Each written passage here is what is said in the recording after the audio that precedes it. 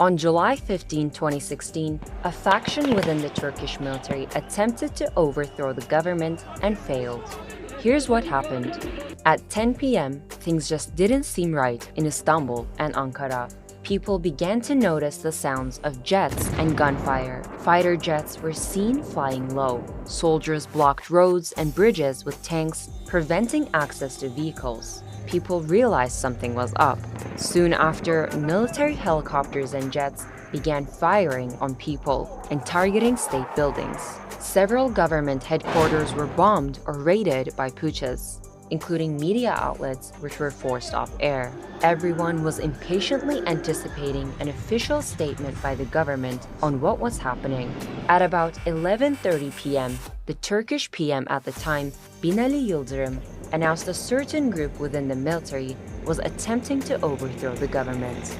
Bu kalkışmayı yapanlar, bu çılgınlığı yapanlar, bu kanunsuz eylemin içerisinde olanlar da en ağır şekilde bedelini ödeyecek. Ve asla bu gibi kalkışmalara pabuç bırakmayacağız. He called the attempt illegal and said those involved would be gravely punished. Meanwhile, the Turkish armed forces announced it didn't support the coup attempt. At 12:13 a.m., putschists then used the country's public broadcaster, TRT, to announce martial law and a curfew, saying the political administration has lost all legitimacy and has been forced to withdraw.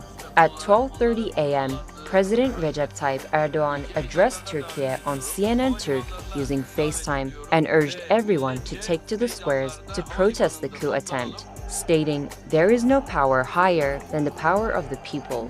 Go to the squares and give them their answer."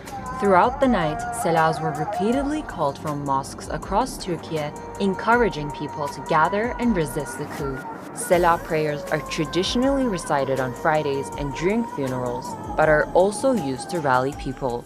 Turks across the country flocked to the streets and squares in defiance, and the putschist attacks only intensified.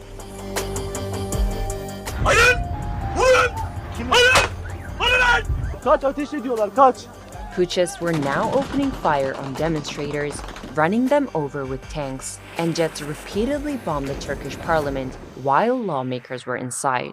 But despite the putschist hostility, protesters were adamant on resisting and spent the night demonstrating. At 3:20 a.m., Erdogan landed in Istanbul.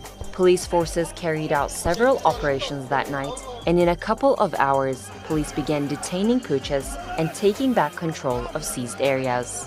The attempted coup was orchestrated by a terror group called FETO, whose leader was US-based Fethullah Gülen. Government and civilian action thwarted the coup attempt in just a couple of hours. But that night, 252 lives were lost and more than 2,000 others were injured.